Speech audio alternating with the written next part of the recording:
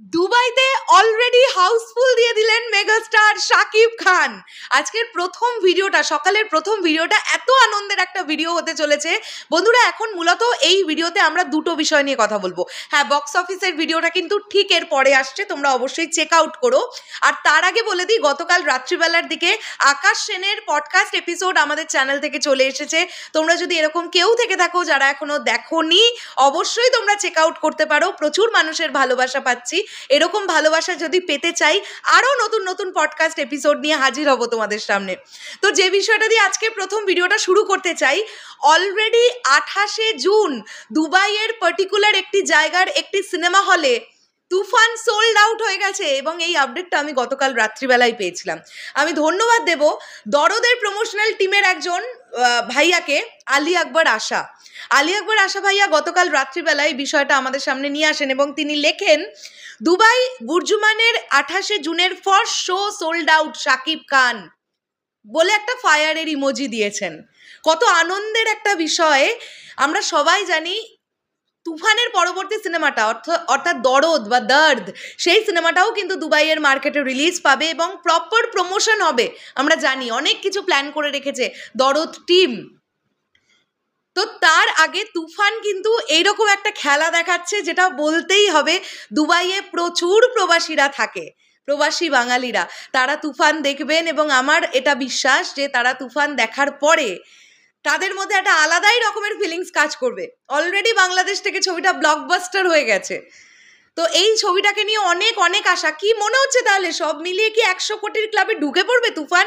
কেন জানি না, আমার মন বলছে হয়ে গেলেও কিন্তু হয়ে যেতে পারে। আর এটা যদি হয়, এই প্রথম কোনো বাংলা ছবি যেটা 100 কোটির ক্লাবে পদার্পণ করবে এবং সেই রেকর্ডটা গড়বেন মেগাস্টার শাকিব খান তার তুফান দিয়ে। দেখা যাক কি হয়। এটা গেল একটা দিক, তোমাদেরকে বললাম। এর পরবর্তীতে যে বিষয়টা নিয়ে কথা বলবো বন্ধুরা, চোরকি কি পরিমাণ লাভবান হলো তুফান দিয়ে, আইডিয়ার বাইরে। আমার মনে আছে যখন চোরকি ইউটিউব চ্যানেলে প্রথম লাগে উড়াধুরা গানটা এলো, তখন আমি 700 সামথিং কে সাবস্ক্রাইবার্স দেখেছিলাম তাদের। হ্যাঁ, এখন চোরকির ইউটিউব চ্যানেলে সাবস্ক্রাইবার বেস 1 মিলিয়ন। 250-র ওপরে প্রায় সাবস্ক্রাইবার এসে গেছে মাত্র 4 সপ্তাহের মধ্যে। লাগে উড়াধুরা গানটা 4 উইক হয়েছে এসেছে, 4 সপ্তাহের মধ্যে 250K সাবস্ক্রাইবার্স। তোমরা আইডিয়া করতে পারছো? হ্যাঁ, আমরা আইডিয়া করতে পারি, কেননা ভার্সেটাইল মিডিয়ার মতন একটি ইউটিউব চ্যানেল যার কিছুই ছিল না, কেবলমাত্র রাজকুমারের প্রমোশন করে করে তারা যদি 1 মাসের মধ্যে সিলভার প্লে বাটন পেয়ে যেতে পারে, গোল্ডেন প্লে বাটনের দিকে এগোতে পারে, তাহলে চোরকি কেন পাবে না?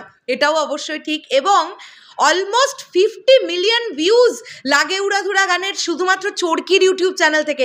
কে করবে ভাই এই রেকর্ড? মেগাস্টার শাকিব খান ছাড়া কার দখলে থাকবে এই রেকর্ড? তোমরাই বলো। দারুণ লাগছে। কনগ্র্যাচুলেশনস লাগে উড়াধুরা টিম, প্রীতম হাসান এবং অবশ্যই অন্তরাদি। তারা দুজনে মিলে গেয়েছেন গানটা, যারা অ্যারেঞ্জ করেছেন প্রত্যেকের, এবং রায়হান রাফি ভাইয়া যিনি সিনেমাটোগ্রাফি করেছেন, মিমি চক্রবর্তী, সবাই এন্টায়ার টিমকে অনেক অনেক কনগ্র্যাচুলেশনস যে মাত্র 4 সপ্তাহের মধ্যে একটা ইউটিউব চ্যানেল থেকে 50 million views. Not a matter of joke ভাই, এটা গর্ব করার মতন বিষয়। শেষ করলাম ভিডিওটা। দেখা হচ্ছে আবার খুব শীঘ্রই নতুন কোনো ভিডিও নিয়ে। তাহলে এখনের জন্যে টাটা।